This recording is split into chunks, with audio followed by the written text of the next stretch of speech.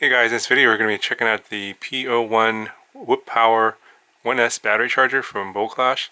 You can see here it's meant for field charging, and you can use a battery with an XT60 connector. And the voltage range is only up to 17 volts, so only work for up to 4S battery, unfortunately. And then he's got a barrel connector here for DC, like a wall adapter. Also keep in mind that this center pin here is a bit bigger than most 12 volt barrel plugs, so you'll need a special barrel plug for that. So I'm going to be just using it as a field charger. I'm just going to plug in a 4S battery here to demonstrate this. You have 6 channels. You have 3 on the side, and you have 3 on the side. And you can also charge USB devices at 2.1 amps, 5 volts. So you basically can charge most of the 1S battery types that are out there. So you got the micro low C, you got the standard Tiny Whoop 1.25 millimeter connector. It's also known as the MX connector. You have the MCPX connector, also known as the PH connector out there, the 2.0 millimeter connector. So those 3 types. Plus, you get some adapters here. If you have a JST battery, for example, a 1S JST battery like this one here, you can then use this adapter and then plug it into the micro low C port to charge those. And then you get a XT60 to Dean's adapter if you're going to be using a Dean's battery, for example. So I got a bunch of batteries here. I'll show you how to charge them up. It's pretty straightforward. The thing you have to keep in mind though is that all the channels are charging at the same amp level. So it'll charge from 1/10 of an amp to 1 amp. However, it's not set. You can't set it for each individual channel, unfortunately. So you're going to have to either charge some bigger batteries at a lower amperage or a lower C rate, or you can charge your smaller batteries at a high C rate. So yeah, I usually don't want to exceed 2 or 3 C on some of these batteries. So like for example, here's a 1S230, I believe, 230 milliamp hour battery, and then this one here is I think 600, 600 here. So if I charge this at if I charge it at 6/10 of an amp or 600 milliamps, this battery here, this large one, is charging at 1 C. But then this one, if I plug it in at the same time, will be charging at almost 3 C, like 2.5 C. So you got to keep that in mind. You should probably be charging batteries that are similar. So if you have like 6 of these, then that'll be totally fine.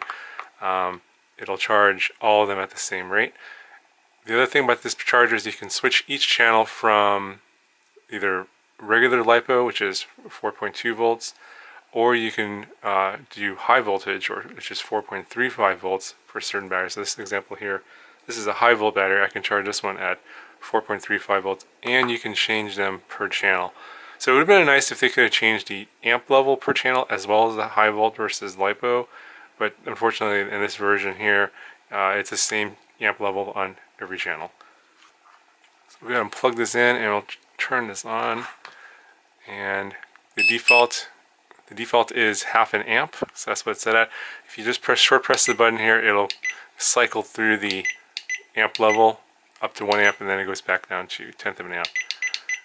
So that's how you set the amp level. If you want to change the ports from regular Lipo to HV, you have to long press the button.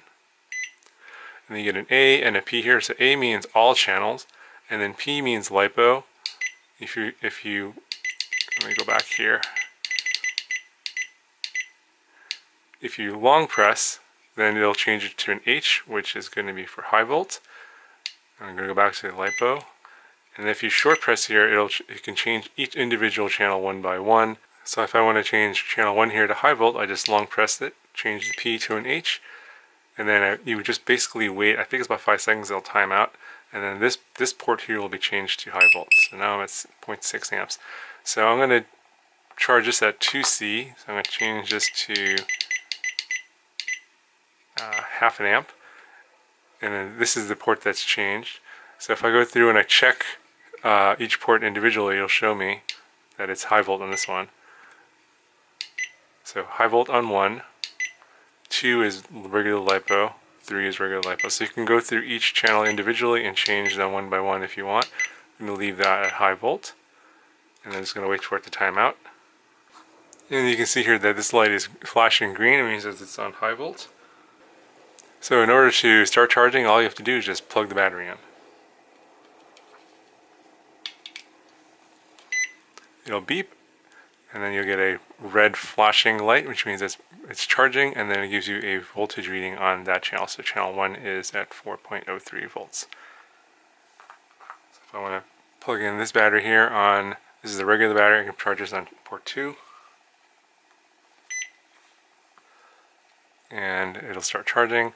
And this is the port 2 is at 3.73 volts.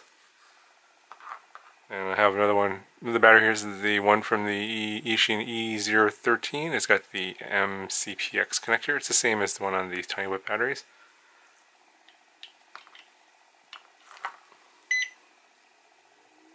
And you can see on port 3, we're at 3.86 volts. So it's going to read off one channel at a time, cycle through all the ones that are currently charging. You can see that they're all blinking. The one that's blinking faster, I think, means it's charging at high volt. And these are slower blinking. It means it's a regular LiPo on these channels here. So that's pretty much it. It's pretty easy to use, especially if you're going to be doing field charging with a lot of these 1S batteries out in the field, you know, flying all your micros out there. It is limited to a 4S LiPo for the battery, which is unfortunate for me because I carry a large 6S LiPo to do field charging. So it just means I have to carry an extra 4S LiPo to charge these 1S micro batteries. There are other chargers out there that will take the 6S LiPo, but for example, I think I've reviewed one about a month ago. It comes in different versions for either LiPo or high voltage.